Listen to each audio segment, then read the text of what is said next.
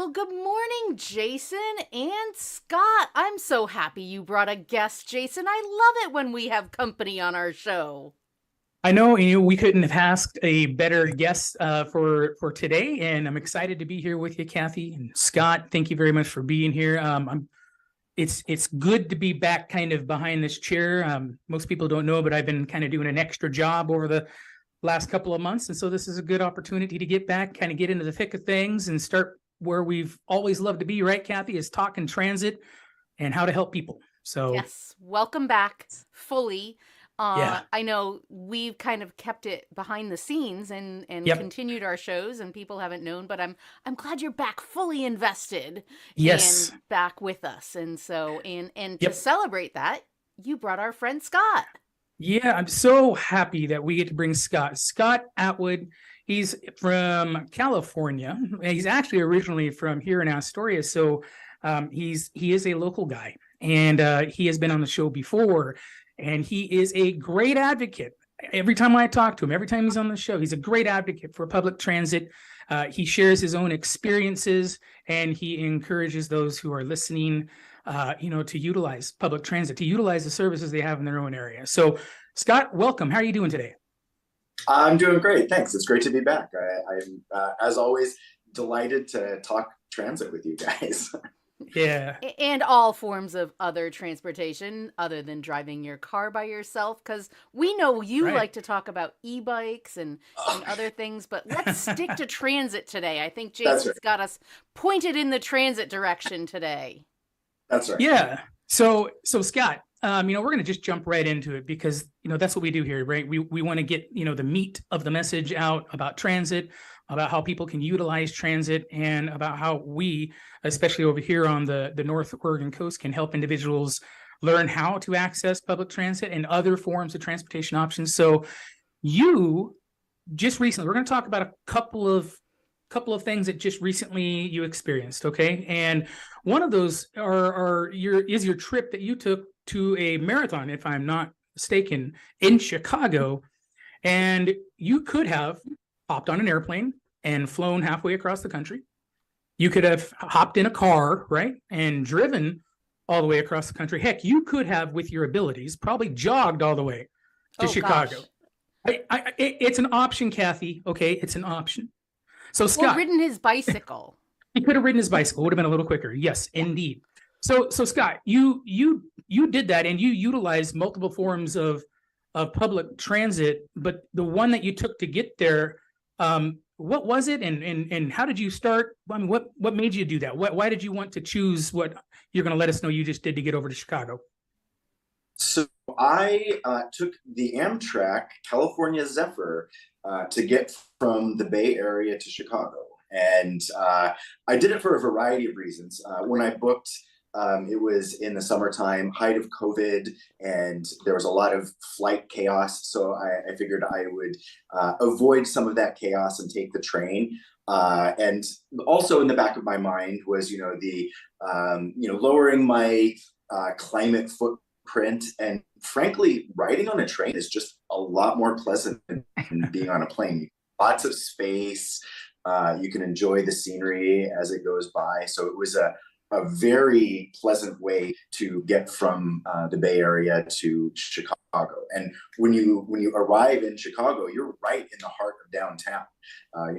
Chicago O'Hare is way out in the suburbs, and you got to like find your way back into the city. But when you arrive on Amtrak, you're right there, right in Chicago Union Station, which is beautiful. That's awesome. I recently had a conference in Chicago and experienced the downtown for the first time, because really the only time that I had experienced Chicago was O'Hare. And like you said, that's not really Chicago. So, yeah, very cool that the Amtrak lands you right there in the middle of downtown. And so not only do you have more room than on an airplane, but you have a dining car and you can get up and walk around, and there's no turbulence that you have to worry about. And wow, very cool. Yeah, it's a really pleasant way to travel if you have the time. I will admit it does take a bit longer, but if you have the time for it, it's really a worthwhile way to travel long distances. Scott, just on the short end here, I mean, you're a photographer. You take wonderful pictures. And what was that like? Just seeing all of that scenery, that countryside, things that you normally would not even come close to seeing, even if you were driving.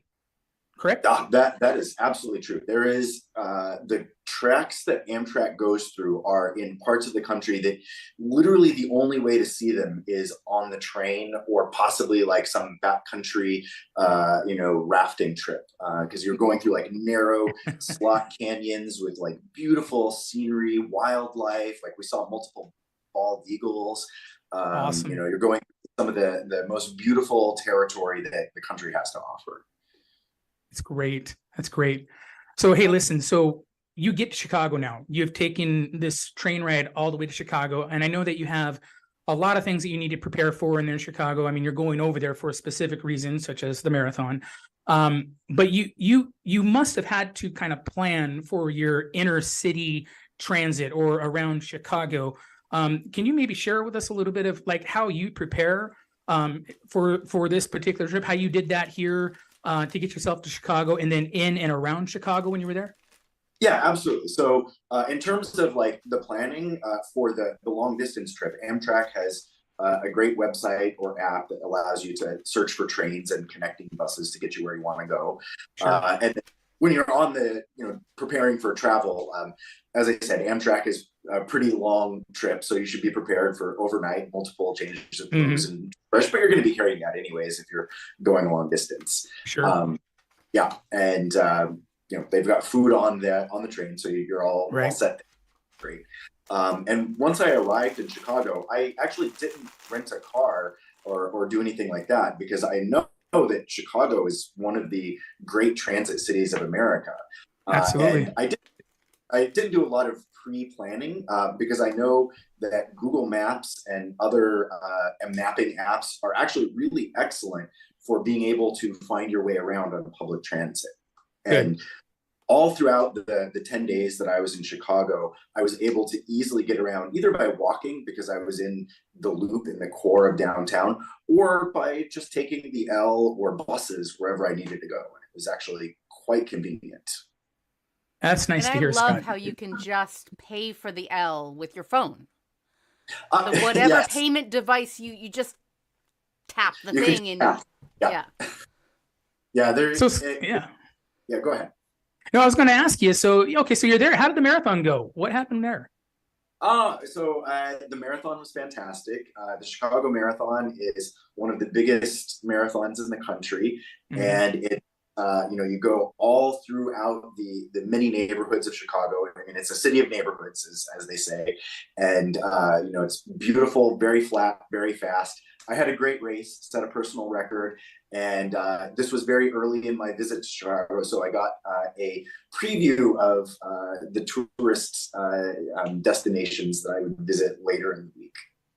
That's awesome. Very cool. So, Scott, I'm curious. So you did this trip by train. What is your preferred mode of transportation when you're traveling nationally, in the country and out of the country? And have you done any out of the country trips recently that you can talk about? Yeah. So unfortunately, within the United States, flying is often my preferred way to get around from place to place, because we just don't have fast trains in most places. Sure. So when I do have the flexibility and the time, I enjoy traveling by long distance Amtrak, and that's great. But I acknowledge that many times I do have to fly if I want to get to some place in a timely manner. But outside the United States, by far my preferred way to travel is train, because most other countries in the world have high-speed trains that work really well.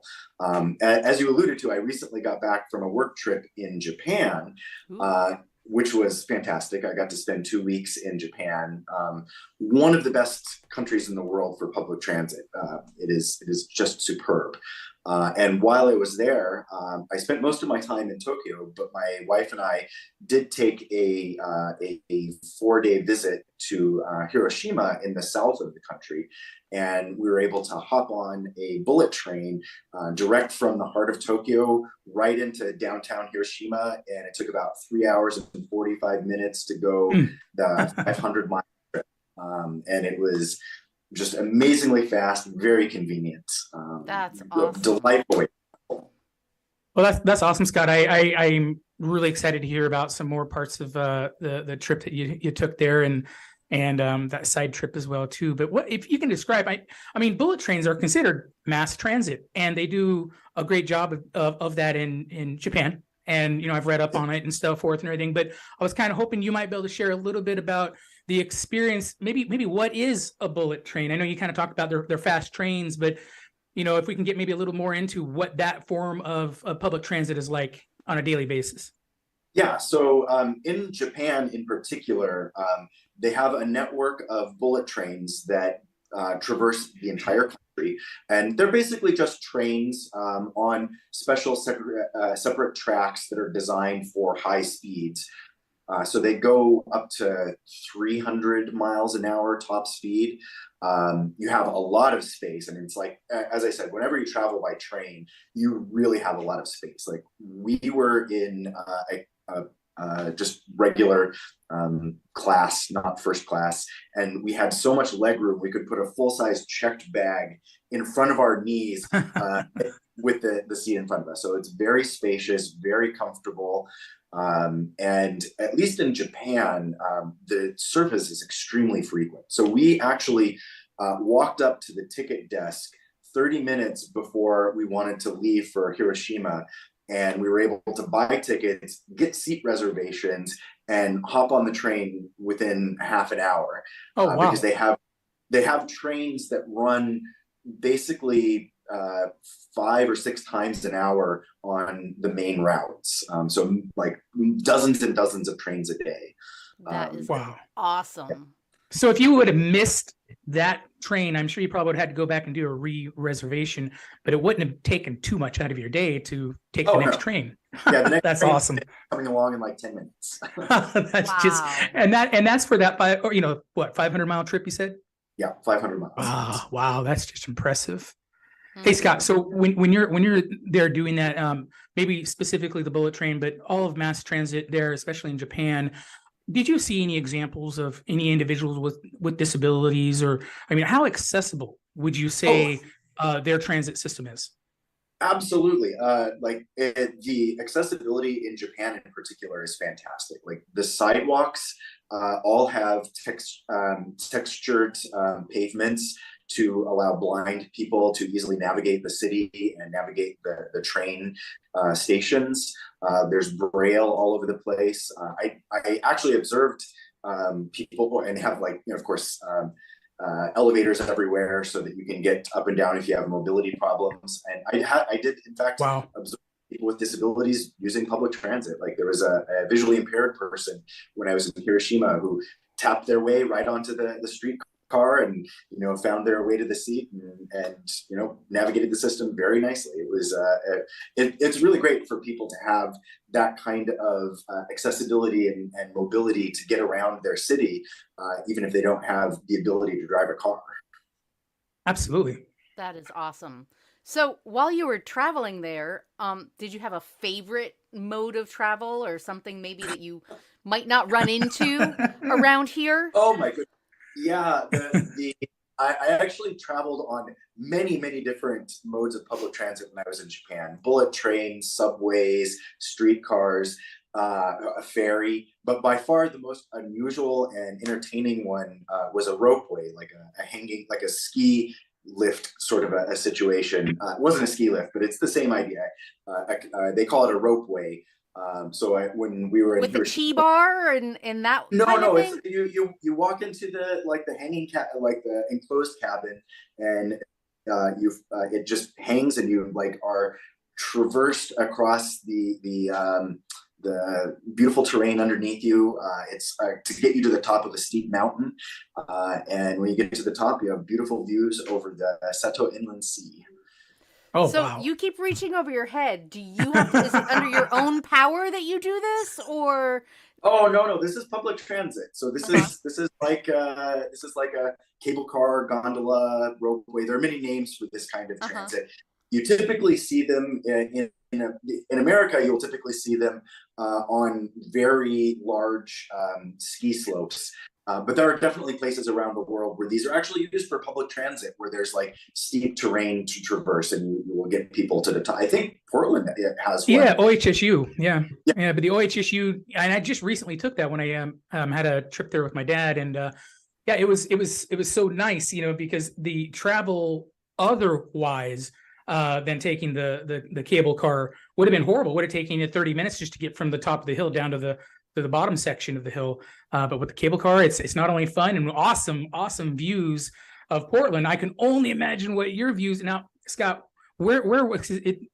You exactly were at a place, and I'm going to hack the name. So, what was the island's name that you were there where that ropeway was on? it's called Miyajima, Oh, which is Miyajima. Okay. it's an island in Hiroshima Bay, about a 45-minute ferry ride away. It's got a very famous, beautiful temple with a torii gate, one of the orange gates that Okay. you often see in Japanese architecture. And that place is actually the inspiration for the Epcot pavilions, Really? Japan Pavilion gate. So it's a very world famous sort of a place to Yeah. visit. You know? But it's just So so neat that you had. I'm sorry, Kathy. that's okay. Go ahead. So would you say that ropeway is well traveled? I mean, Oh yeah. obviously, it sounds like something that but are there alternative ways to get up if you had to? Yeah, yeah. If you wanted to get up to the top of the mountain, you could hike it, but it's like a roughly 2 to 3 hour hike. Oh, Or instead, it's less than 30 minutes on the ropeway. There's uh, two sections. One is about 10 minutes and one is about 5 minutes, and there's a little bit of a line to get up there because it's quite popular. sure. It's a very popular tourist destination. So Good. Good. definitely, taking the 20-minute ropeway beats the 2 hour hike. No doubt. So, I mean, we kind of talked about a little bit about the differences between public transit here in the US and other places. But I'm curious. Here, really robust public transit is often found in urban areas and not so much in the rural or the suburban areas. Are all the areas that you visited in Japan, would you consider those urban, or, what kind of public transit differences did you see between urban and not so urban areas? So I've traveled extensively through Japan on this trip and previous trips. And I would say a difference in Japan is you can get almost anywhere in the entire country on public transit. The urban Wow. areas are definitely very, very well served. Like you can get anywhere very quickly. There's no issues with waiting or anything like that. And everywhere is highly connected. But even in more remote and rural areas, there is good bus service and public transit. So my wife and I visited an area called Hakone, which is about an hour outside of Tokyo. It's definitely a very rural feeling kind of area. And we got around on public transit. Buses got us everywhere we needed to go. And it was very convenient, very easy. Didn't have to worry about trying to rent a car or drive anywhere. I could just let the bus driver take me where I needed to go. That's So, awesome. Scott, so when you do get to these places, especially in the rural areas, microtransit is a really up and coming form of public transit, and I know a lot of transit districts across the country are actually seriously looking at how that could be implemented in the near future. Did you see any examples of that? So, like, you get out to a rural area and stuff. Would you say the buses maybe turned into smaller vehicles, maybe perhaps that would, I guess you could say, would match kind of the local terrain and how to get around a little easier? So all of the buses that I've encountered in Japan have been full-size buses because I think more so in Japan than in America, there is an expectation that public transit exists, and so people actually use it. So they actually do Good point. use the full capacity of those big buses, which is great to see. I mean, it's very nice to be able to get around without a car. But in terms of micro transit options, Japan is actually a very bicycle happy kind of a country. So Yeah. people love to combine, bicycles and transit. You can, it's a great combination because you can get long distances with your trains, and then when you arrive with your bicycle, you can get around in a finer grained way at your destination. Sure. Yeah. That brings up a question. Do people bring their own bicycles, or is there bicycle sharing? I mean, how is that That's a good question. happening there? Yeah, there is a little bit of both. In Japan in particular, you're allowed to bring your bicycle on trains as long as it is a folding bike and it is covered in a bag. So folding bikes are actually pretty popular in Japan. And honestly, in America, it's a great combination as well. I actually have a folding bike myself, specifically so I can bring it on the train very easily and do that kind of combination. Well, that sounds great. Regarding the bike friendly, because I mean, over here, unfortunately, there's just been a couple of accidents over here as of late, last few days, actually, involving cyclists and so forth. As you probably know, Scott, Astoria and its surrounding communities aren't very bike friendly, walk friendly, or anything like that.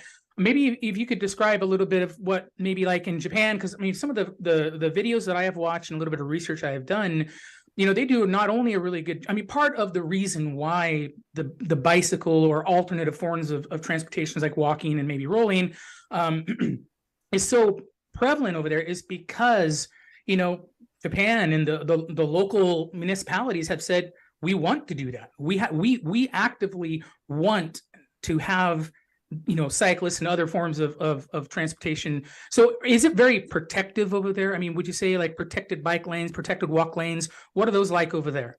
So I would say that the bicycle specific facilities are not as well developed in Japan as they are in places like the Netherlands or Denmark. Right. But one thing that Japan does really well is, aside from the large arterial streets, most of the streets in like a city like Tokyo are very small, very narrow, and low speed limit. So people in cars can drive along the same streets as the bicycles, but they're limited to less than 20 miles an hour on those neighborhood streets. So the mixing of bicycles and cars is kind of comfortable because people are at a much similar speeds than in a place like the United States, where most places the minimum speed limit is 25 and most people are going 30 or 35. So no doubt. Yeah. So that's I'd say the biggest difference is that Japan really does keep those low speed limits and narrow streets that really encourage people to drive carefully. I'm glad you mentioned the Netherlands, because that's where Kathy and I are that's where we're gonna go. We're gonna do that. We're gonna take a trip over there, Amsterdam, and we're gonna really learn and feel that experience of cycling over there, right, Kathy? Yes, so that we can bring all of that knowledge back here, right, and really institute some of those changes. I mean, I think that you've brought a couple really key things up in things that you said, Scott, and I just want to kind of reiterate those, and that is, having lower speed limits, it makes things safer for those that are not in cars. And so people in cars and in motorized vehicles still get to where they're going. There's an enhanced amount of safety that is included when you slow things down, when streets are narrower. So when the public sees those things happening out there, that's a lot of times the main reason, is that it increases safety when you're lowering speed limits and decreasing the size of the road. The other thing that you brought up that I really want to reiterate is the expectation factor, that you said that there is an expectation of public transit in Japan. And I think that if we as a community, as a public, expect more public transit where we travel, where we live, that raises the bar and then creates that atmosphere and the acceptability and the expectation of more public transit. It's a chicken and egg thing. So if we expect it, then hopefully, more and more of it will be there. Yeah, absolutely. Well, Scott, as we get ready to wrap up here, I was going to kind of ask you if you could, if there's people out there who are considering the same trip maybe and might have a little bit of apprehension, because we all know that, planning a trip, getting the plane ride over to Japan, maybe perhaps was fairly straightforward. Maybe some bigger forms of transportation were pretty straightforward. But as you get ready to go on a big trip like that, if you could just maybe just a short little bit here, encourage somebody that it's possible. You can do it, right? Yeah, absolutely. I always, I almost never rent a car when I go someplace that I'm traveling, because I know in most places in the world outside the United States, and many places in the United States, like Chicago, New Orleans, New York, there really is good public transit that is very convenient to get around. And as I said, if you use something like Apple Maps or Google Maps, you can have confidence that you'll be able to find your way around even an unfamiliar public transit system, because it'll give you exactly where to go to pick up your bus, when the bus will arrive, how to transfer to the train. Sure. And yeah, most public transit systems also have great instructions for how to use the system, how to buy the tickets, and all of that. So it's I have never had any challenges or difficulties that were like a major impediment. It's always been very smooth and easy getting around wherever I need to go when I travel. So yeah, I would encourage people to seriously consider using public transit for the places that they go as a tourist. Excellent. Excellent. Absolutely. Absolutely. I think that those are great tips. And again, if you're planning a trip out of the area, riding your public transit where you are locally gets you just a little bit of that practice in under your belt and Absolutely. makes you feel a little bit more comfortable and confident if you're going out of the area. So give it a try. Absolutely. I that is such great advice, because buses and trains work very similarly everywhere in the world. So if you know how to ride a bus in your local area, that skill set carries over very nicely to wherever it is that you might want to be taking a bus. Absolutely. Excellent. Yeah. So Scott, go ahead, Kathy. I'm sorry. And because I would just say that is really valuable information, especially for the youth out there that are like, oh, I don't need to ride a bus anymore because now I have my license or now I can get a car. Those are skills that are valuable, even if you have a car at home, because sometimes it's just a good idea not to use it. Yeah. Well, Scott, before we sign off here, maybe I also ask you kind of preview a little bit, because we're going to have you on another show, because there's a couple of other things that we didn't have the time to bring up in today's show. But maybe if you could describe a little bit about what we might talk about next time, your e-bike journey, okay? And you have a trip coming up. We're coming up here to the North Coast, and maybe you can give a little taste of maybe what that is before Kathy signs us off. Yeah, very briefly, I'm going to come up and visit Astoria, and my plan is to take Amtrak up to Portland, take the connector bus to the North Coast area, and I'm going to bring my folding bike along the journey with me, so that I have an easy, convenient way for me to get around my hometown of Astoria on my bike. That's awesome. We might have to meet up with him somewhere along the journey and do some on-scene filming. I don't know why we wouldn't. Yes. Scott, be prepared. I'm going to stay in contact with you. So absolutely. Hey, thanks a lot for coming. Surprise! Here we are. Yeah, surprise. But hey, thank you so much, Scott. I know we're old classmates and all that, and I'm just so happy though that you're out there, you're experiencing a lot of things that it not only may be fun and convenient for you, but are great encouragement to those out there that might be watching this show here and might think, oh my gosh, if this guy can do it, maybe I can go ahead and experience that and experiment. And Kathy, I thank you so much for reminding people out there the best way to practice for those big trips right here locally. We've got a transit district. It's ready. Scott's going to be utilizing that here pretty soon to get out here. So go ahead, ride your local transit. We're here to help too. Yes. And so on that note, we did a whole show on gift lists and gift ideas. I just want to encourage people to put, traveling by public transit on their wish list. If you're going to plan a trip, plan it with public transit in mind so that you can take the stress of driving out of the trip and enjoy your vacation. And on that note, we're going to sign off, and we will see you right back here next week for another transportation talk on Friday. Have a great week, guys. Thank you, Enjoy the everybody. weekend. Scott, take Thanks, care. guys.